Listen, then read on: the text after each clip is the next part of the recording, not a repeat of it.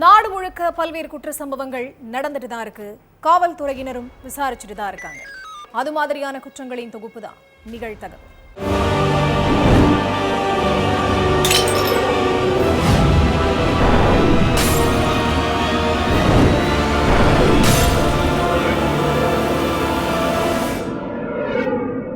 நிகழ்தகவு. உலக்கையால் மகனை அடித்துக் கொன்ற தாய். இறந்த மகனை பார்த்து ஒரு சொட்டு கண்ணீர் விடாமல் அமைதியாக அமர்ந்திருந்த கொடூரம். 10 மாதம் சுமந்து பெற்ற தாயே மகனுக்கு யமனாக மாறியது ஏன்? பின்னணி என்ன?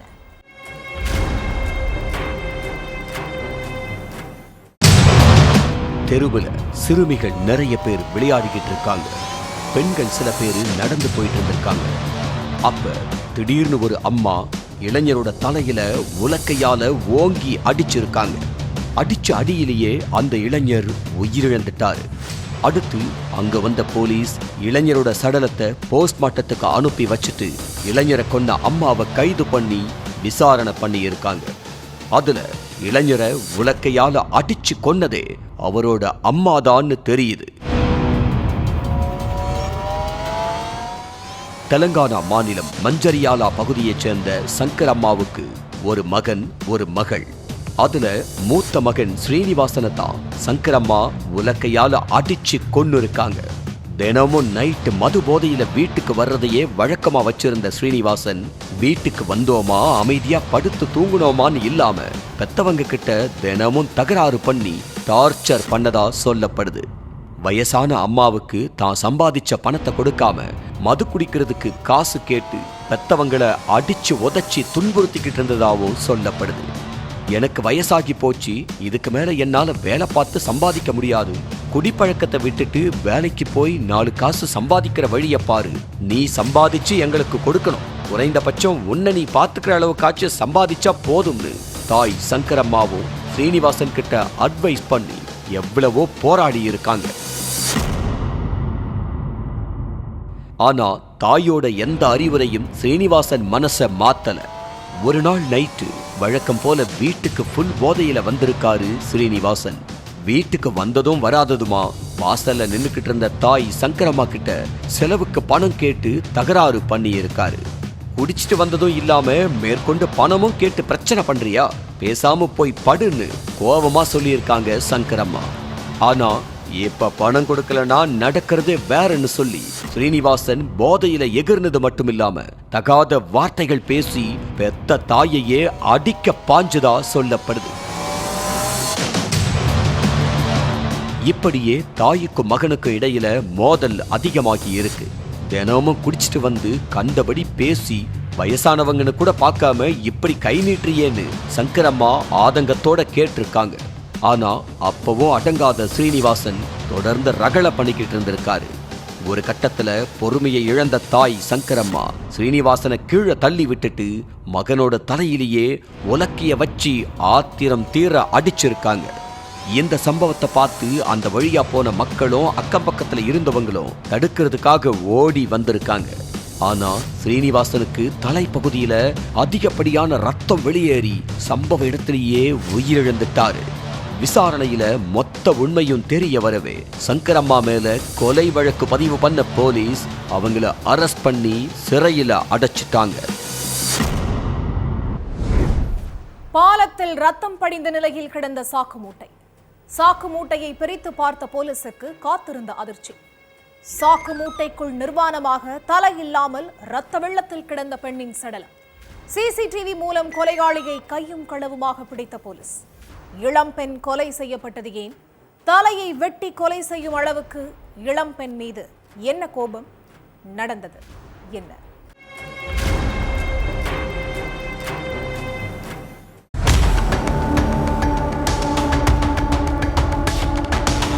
ஜவஹர் பாலத்துல ரத்தம் படிஞ்ச நிலையில ஒரு சாக்கு மூட்டை ஒண்ணு கிடந்திருக்கு.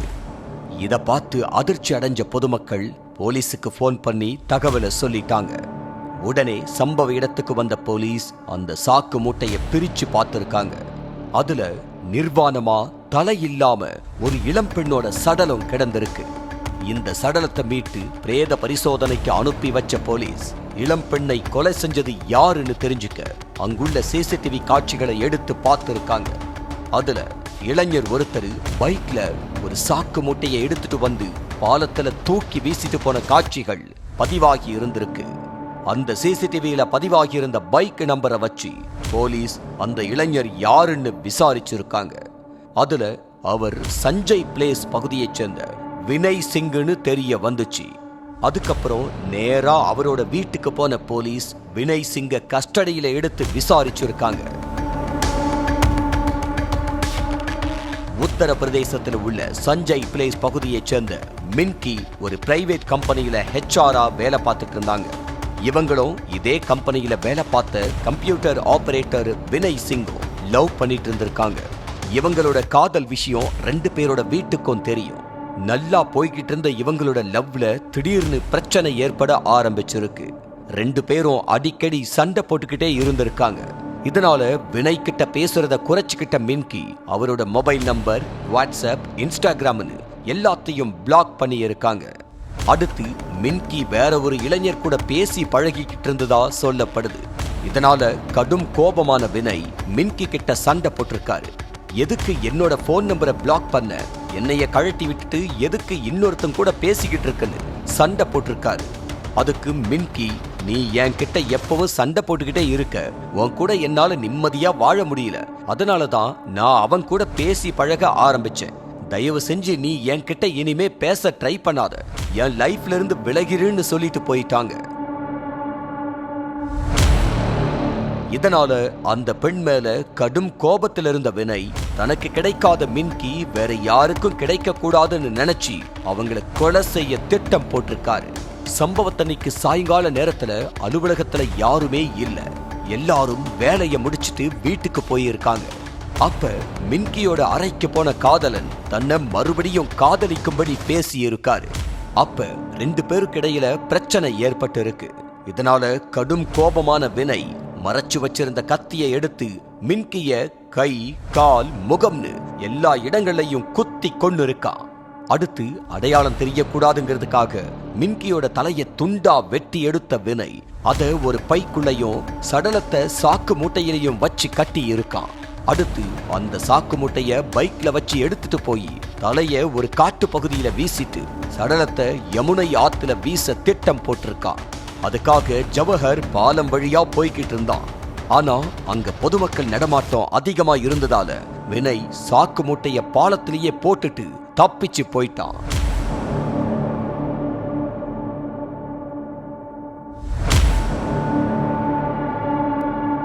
மின்கியோட பெற்றோர் மகளை காணோம்னு பல இடங்கள்ல தேடிட்டு காவல் நிலையத்துல புகார் கொடுத்திருக்காங்க. விசாரணையில சிசிடிவி காட்சி மூலமா வினய் தான் கொலையாளின்னு கன்ஃபார்ம் பண்ண போலீஸ் வீட்ல பதுங்கியிருந்த அவனை சுத்தி வளைச்சு பிடிச்சு சிறையில அடைச்சிட்டாங்க. வீட்டு வாசலில் சடலமாக கிடந்த இளம்பெண் கொலை வழக்கு. திருமணமான 5 மாதத்தில் வரதட்சணை கேட்டு சித்திரவதை செய்த போலீஸ் அதிகாரி இளம்பெண்ணை துடிக்க துடிக்க கொன்று மாமனாரின் வீட்டு வாசலில் வீசி சென்ற கொடூரம். சிசிடிவி காட்சியை வைத்து துப்பு துலக்கிய காவல்துறையினர். ஈவு இரக்கமற்ற கொடூரன் சிக்கினானா? நடந்தது என்ன?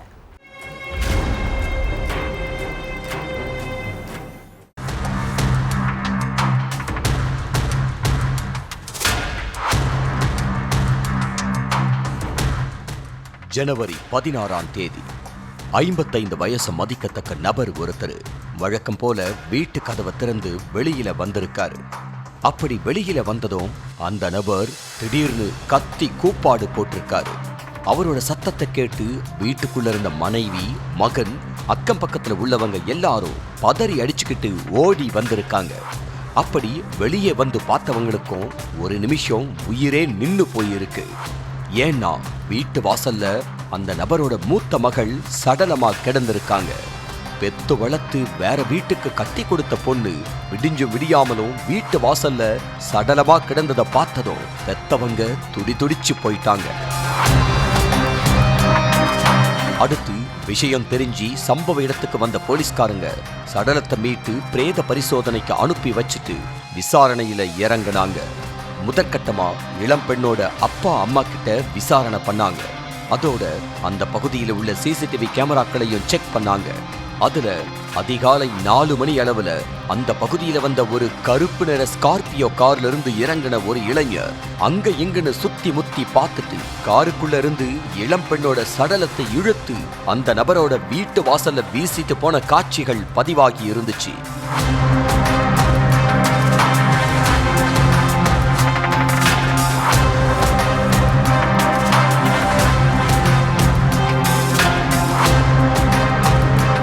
அதுக்கப்புறம் அந்த சிசிடிவி காட்சிய இளம் பெண்ணோட பெற்றோர்கிட்ட காட்டி அதில் இருக்கிற இளைஞர் யாருன்னு விசாரிச்சப்பதான் ஏகப்பட்ட அதிர்ச்சி விஷயங்கள் வெளிச்சத்துக்கு வந்திருக்கு. பீகார் மாநிலம் வைஷாலிங்கிற பகுதியைச் சேர்ந்தவர் ராஜ்குமார். இவரோட மூத்த மகள் சரிதாவுக்கும் ரோப்பூரை சேர்ந்த சத்யேந்திர குமாருக்கும் கடந்த மே 9ஆம் தேதி இரு வீட்டார் பெரியவங்களும் சேர்ந்து கல்யாணம் பண்ணி வச்சிருக்காங்க. கல்யாணத்தப்ப சரிதாவோட பெற்றோர் பல லட்சம் ரூபாய் செலவு பண்ணி மகளுக்கு ஜாம்னு கல்யாணம் பண்ணி வச்சிருக்காங்க. அது மட்டும் இல்ல, தங்க நகைகள், வீட்டுக்கு தேவையான சாமான்கள்னு ஏகபோகமா வரதட்சணையும் கொடுத்திருக்காங்க. அளவுக்கு அதிகமா வரதட்சணை வாங்கிக்கிட்டு தான் சரிதாவை கல்யாணம் பண்ணியிருக்காரு எஸ்ஐ சத்யேந்திரா.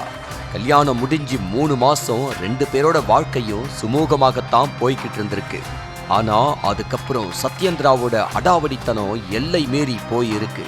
எஸ்ஐயான சத்யேந்திரா தன்னோட அந்தஸ்துக்கு ஏத்த மாதிரி லட்சக்கணக்கில் பணம் வேணும், அந்த பணத்தை எல்லாம் உங்க அப்பா வீட்டில இருந்து வாங்கிட்டு வான்னு சொல்லி மனைவி சரிதாவை அடிச்சு கொடுமைப்படுத்தி இருக்காரு. எனக்கு என்ன செய்யணுமோ அது எல்லாத்தையும் கல்யாணத்தப்பவே செஞ்சுட்டாங்க. நீங்க எப்ப பார்த்தாலும் பணம் வேணும், நகை வேணும்னு கேட்டா என்ன அர்த்தம்னு சரிதா பதிலுக்கு சண்டை போட்டிருக்காங்க. நான் சம்பாதிக்கிற மொத்த பணத்தையும் உங்ககிட்ட தானே கொடுக்கறேன், அது பத்தாதுன்னு எங்க வீட்டுல இருந்து வேற பணம் கேட்டா எப்படின்னு கோபப்பட்டிருக்காங்க. என்கிட்டயே திமிரா பேசுறியான்னு கேட்டு சத்யேந்திரா மனைவிய கம்பால அடிச்சோம், ரூமுக்குள்ள அடைச்சு வச்சோம், காட்டு மிராண்டித்தனமா சித்திரவதை பண்ணி இருக்கான். இந்த விஷயம் சரிதாவோட பெற்றோருக்கு தெரிஞ்சு சொந்தக்காரங்களோட வந்து நியாயம் கேட்டிருக்காங்க. அப்போ சத்யேந்திராவோட உறவினர்கள் சில பேரு இனிமே இப்படி நடக்காம பாத்துக்கிறோம்னு சொல்லி இருக்காங்க. அதை நம்பி மகளை கணவர் வீட்டுல விட்டுட்டு போயிருக்காங்க சரிதாவோட பெற்றோர். ஆனா அதுக்கப்புறமும் சத்யேந்திராவோட அட்டூழியம் குறையல. பணம், நகை கேட்டு மனைவிய சித்திரவதை பண்ணி இருக்கான். என்ன ஆனாலும் எங்க வீட்டுல இருந்து 1 ரூபாய் பணம் கூட வராதுன்னு சரிதா கோபமா சொன்னதும் சத்யேந்திரா தன்னோட நண்பர்களோட சேர்ந்து அவங்கள இரும்பு கம்பியால தாக்கி இருக்காரு. இந்த சம்பவம் நடுராத்திரி 2 மணிக்கு நடந்திருக்கு. சரிதாவோட கழுத்துல இரும்பு கம்பிய வச்சு குத்துனதுனால அவங்க சம்பவ இடத்திலேயே உயிரிழந்துட்டாங்க. அதுக்கப்புறம் மனைவி சரிதா சடலத்தை தன்னோட ஸ்கார்பியோ காருக்குள்ள வச்சு அவங்க பெற்றோர் வீட்டு வாசல்ல தூக்கி வீசிட்டு அங்கிருந்து எஸ்கேப் ஆகியிருக்கான் கொடூரன் சத்யேந்திரா. சரிதாவோட அம்மா அப்பா கொடுத்த புகாரையும் சிசிடிவி காட்சியும் வச்சு வழக்கு பதிவு பண்ண போலீஸ் சரிதா கொலை கேஸ்ல உடந்தையா இருந்த 2 பேரை அரெஸ்ட் பண்ணிட்டாங்க. அதே நேரம் போலீஸ் கண்ணுல சிக்காம ஆட்டம் காட்டிக்கிட்டு இருக்கிற சத்யேந்திராவை பிடிக்க ஸ்பெஷல் டீம் அமைச்சு காவலர்கள் தீவிரமா தேடிக்கிட்டு இருக்காங்க. அறைக்குள் தூக்கில் தொங்கியபடி சடலமாக கிடந்த மகளின் சடலத்தை கண்டு கத்தி கதறி அழுத பெற்றோர். தினம் தினம் தனது மகளை அடித்து கணவன் டார்ச்சர் செய்ததாக புகார் அளித்த பெண்ணின் பெற்றோர் கணவனை கஸ்டடியில் எடுத்து கிடுக்குப்பிடி விசாரணையில் இறங்கிய போலீஸ். அடுத்தடுத்த விசாரணையில் வெளியான பகீர் தகவல். மனைவி உயிரிழந்தது எப்படி? கொலையா தற்கொலையா? நடந்தது என்ன?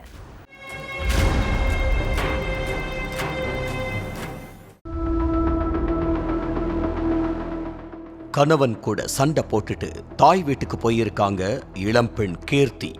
அடுத்து நைட் டின்னரை முடிச்சுட்டு தன்னோட அறைக்கு தூங்க போன கீர்த்தி காலையில 7 மணி ஆகியும் அறையை விட்டு வெளியில வரல. கீர்த்தியோட அம்மா மகளோட ரூம் கதவை பல முறை தட்டி பார்த்திருக்காங்க. ஆனா அந்த ரூம்குள்ள இருந்து எந்த ஒரு சத்தமும் கேட்கல. இதனால பதற்றமடைஞ்ச தாய் அக்கம் பக்கத்து வீட்டுக்காரங்க உதவியோட கதவை உடைச்சுக்கிட்டு உள்ள போய் பார்த்திருக்காங்க.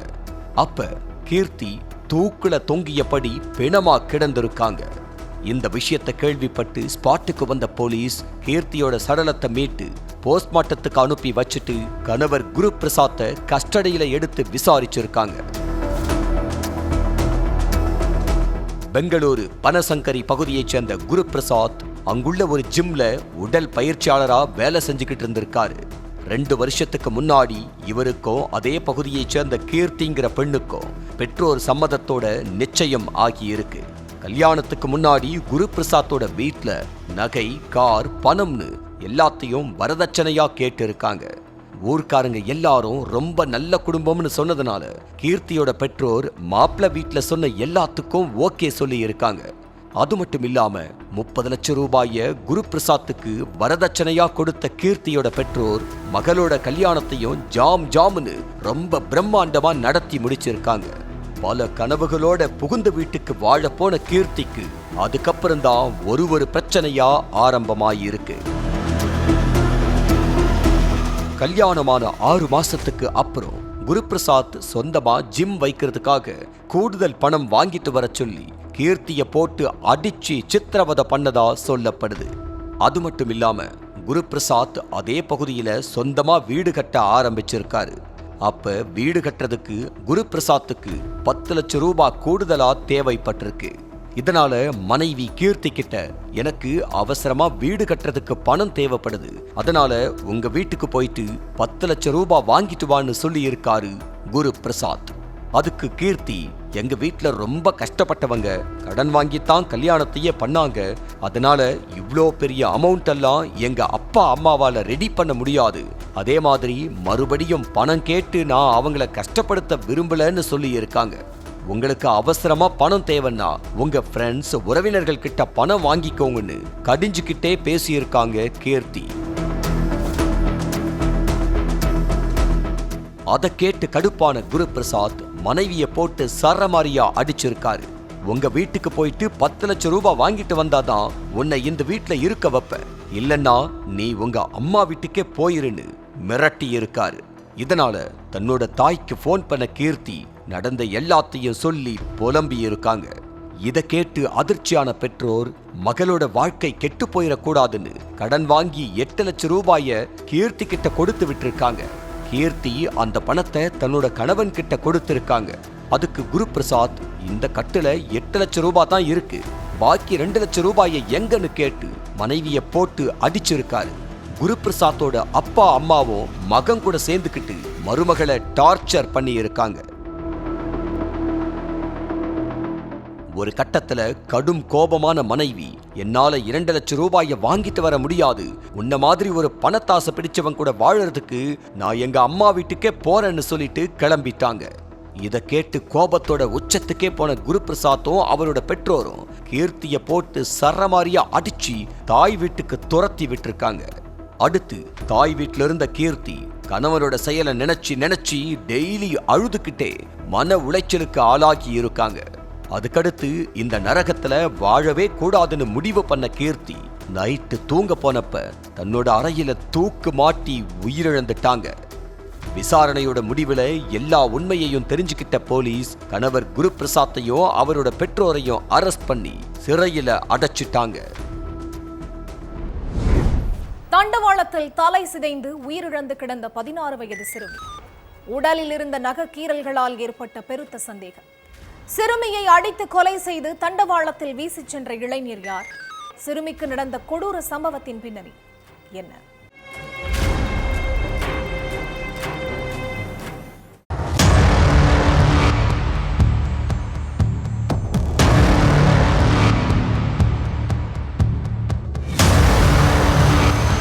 ரயில்வே தண்டவாளத்துல சிறுமி ஒருத்தவங்க தலை செதஞ்சு கிடக்கிறதா லோக்கல் போலீஸுக்கு தகவல் வந்திருக்கு. அடுத்து அங்க போன போலீஸ்காரங்க அந்த சிறுமி ரயில் மோதி இறந்திருக்கலாம்னு நினைச்சு போஸ்ட்மார்ட்டத்துக்கு அனுப்பி வைக்கிற வேலையில ஈடுபட்டிருக்காங்க. அப்போ அந்த சிறுமியோட உடல்கள்ல நகை கீறல்களும் கம்பியால அடிச்ச காயங்களும் இருக்கிறத கவனிச்ச போலீசார் இது விபத்து இல்ல, கொலைங்கிறத உறுதிப்படுத்தி இருக்காங்க. சிறுமியை கொலை பண்ணது யாரு, எதுக்காக இந்த கொலை நடந்திருக்கு அப்படிங்கிற கேள்விகளுக்கு விடை தேட ஆரம்பிச்சிருக்காங்க. அதுலதான் பல திடுக்கிடும் தகவல்கள் எல்லாம் வெளிச்சத்துக்கு வந்துச்சு. உத்தரப்பிரதேச மாநிலம் லக்னோவை சேர்ந்த 16 வயசு சிறுமிக்கு அதே ஏரியாவை சேர்ந்த 20 வயசான அன்ஷு கௌதம்ங்கிற இளைஞர் இன்ஸ்டாகிராம் மூலமா அறிமுகமாகி இருக்கான். ஆரம்பத்துல நட்பு ரீதியா பேசி பழகிக்கிட்டு இருந்த 2 பேரும் நாளடைவுல காதலிக்க ஆரம்பிச்சிருக்காங்க. அடிக்கடி மீட்டிங் அவுட்டிங்னு போய் 2 பேரும் தங்களோட காதலை வளர்த்துக்கிட்டு வந்திருக்காங்க. சில சமயங்கள்ல 2 பேரும் பல இடங்களுக்கு போய் எல்லை மீறி பழகினதாகவும் சொல்லப்படுது. ஆனா ஒரு கட்டத்துக்கு மேல அன்ஷுவோட காதல் குறைஞ்சிட்டே வந்திருக்கு. தினமும் சிறுமிக்கிட்ட மணிக்கணக்குல பேசிக்கிட்டு இருந்த அன்ஷு கொஞ்சம் கொஞ்சமா குறைச்சி நிமிட கணக்குல பேசி இருக்கான். ஏன் இப்படி மாறிட்ட, என்னாச்சுன்னு சிறுமி கேட்டப்ப, எனக்கு உன்னை பிடிக்கல, நாம லவ்வ பிரேக்கப் பண்ணிக்கலாம்னு சொல்லி இருக்கான் அன்ஷு. இத கேட்ட சிறுமிக்கு கண்ணிலிருந்து கண்ணீர் சாரசாரியா கொட்டி இருக்கு. என்னால லவ்வ விட முடியாது, நீ இல்லாம இருக்க முடியாதுன்னு எவ்வளவோ போராடி இருக்காங்க. ஆனா சிறுமிய கழட்டி விட்டுறணுங்கிற முடிவை அன்ஷு மாத்திக்கவே இல்லை. என்ன கல்யாணம் பண்ணிக்கிறேன்னு தலையில அடிச்சு சத்தியம் பண்ணிட்டு இப்படி மோசம் பண்ணிட்டியேன்னு அன்ஷு கிட்ட பயங்கரமா சண்டை போட்டிருக்காங்க சிறுமி.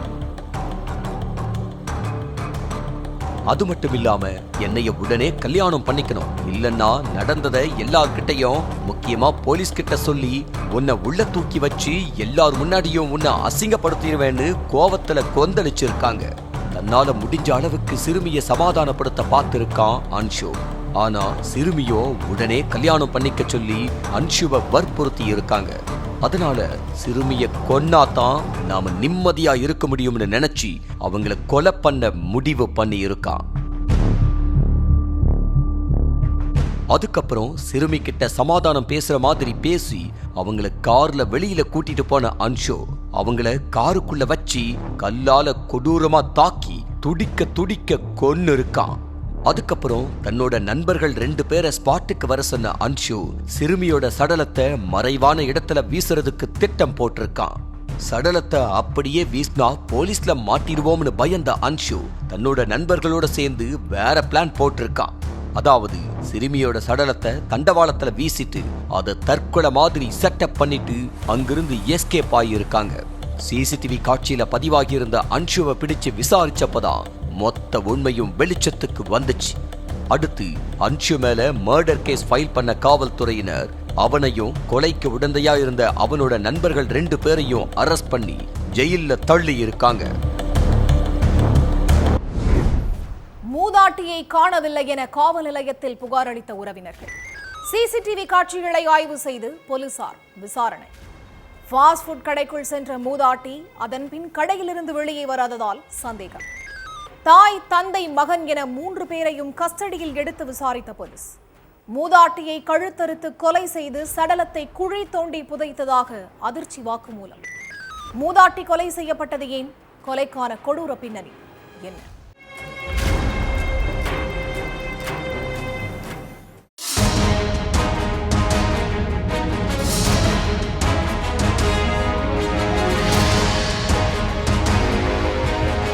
திருமலகிரி பகுதியைச் சேர்ந்த அனசூயம்மாங்கிற மூதாட்டிய 2-3 நாளா காணோம். இதனால அக்கம் பக்கத்து வீட்டுக்காரங்க எல்லாரும் அனசூயம்மா காணாம போன விஷயத்த அவங்க சொந்தக்காரங்க கிட்ட சொல்லி இருக்காங்க. அதை கேட்டு திருமலகிரிக்கு வந்த சொந்தக்காரங்க எல்லா இடங்களையும் தேடி பார்த்திருக்காங்க. ஆனா எங்க தேடியுமே அனசூயம்மாவை காணல. இந்த விஷயத்தை கேள்விப்பட்டு ஸ்பாட்டுக்கு வந்த போலீஸ் மூதாட்டி எங்க போனாங்கன்னு கண்டுபிடிக்க அந்த ஏரியாவில் உள்ள சிசிடிவி காட்சிகளை எடுத்து பார்த்திருக்காங்க. அப்ப அதே பகுதியில உள்ள தனலட்சுமி ஃபாஸ்ட் ஃபுட்ங்கிற கடைக்குள்ள மூதாட்டி போன காட்சிகள் பதிவாகி இருந்திருக்கு. ஆனா அதுக்கப்புறம் மூதாட்டி அந்த கடையிலிருந்து வெளியே வரவே இல்லை. இதனால போலீசார் முதல்ல கடை உரிமையாளரான ராமலு, தனலட்சுமி அவங்களோட மகனை கூப்பிட்டு விசாரிச்சிருக்காங்க. விசாரணையில மூதாட்டிய எங்களுக்கு யாருன்னே தெரியாதுன்னு அந்த 3 பேரும் சொல்லி இருக்காங்க. அதுக்கு போலீஸ் இதே ஏரியாவில தான் அந்த மூதாட்டியும் இருக்காங்க, அவங்கள ஒரு முறை கூட நீங்க பார்த்தது இல்லையான்னு கேட்டிருக்காங்க. அப்ப மூதாட்டி எங்க கடைக்கு வந்திருக்காங்க, ஆனா அவங்க கிட்ட பேசினது கிடையாதுன்னு சொல்லி இருக்காரு ராமலு. அப்படியா? முதல்ல கேக்குறப்ப மூதாட்டியை யாருன்னே தெரியாதுன்னு சொன்னீங்க, இப்ப மூதாட்டி கடைக்கு வந்திருக்காங்கன்னு சொல்றீங்க, எதுக்கு இப்படி மாத்தி மாத்தி பேசுறீங்கன்னு கேட்டிருக்காங்க போலீஸ். அப்ப கணவனும் மனைவியும் முன்னுக்கு பின் முரணா பதில் அளிச்சதா சொல்லப்படுது.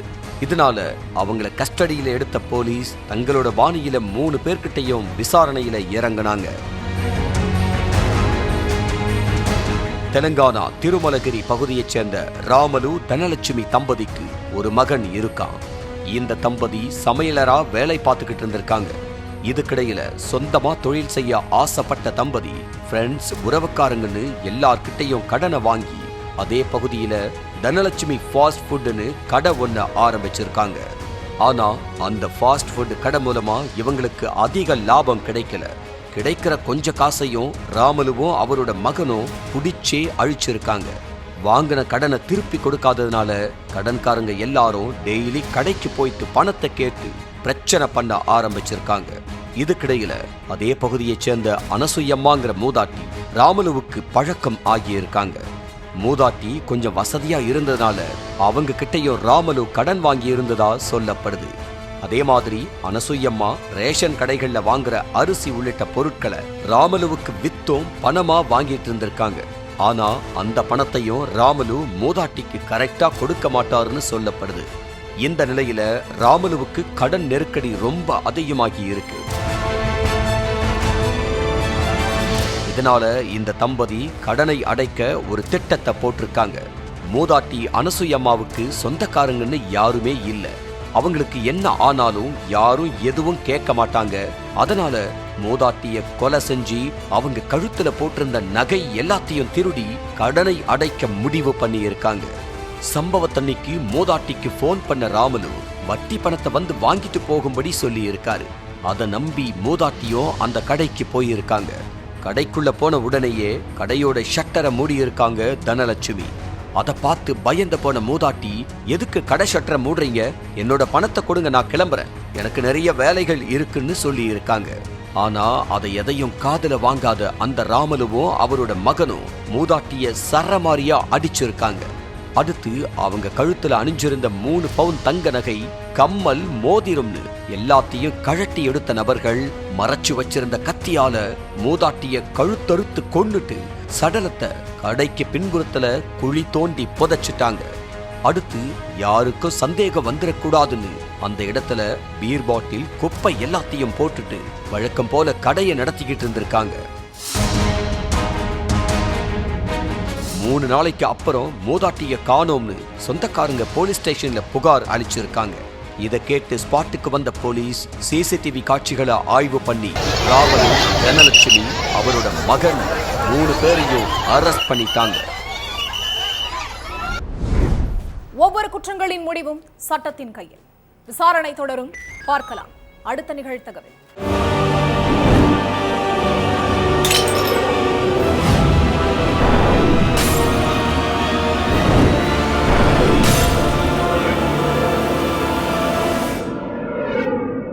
நிகழ்தகவு.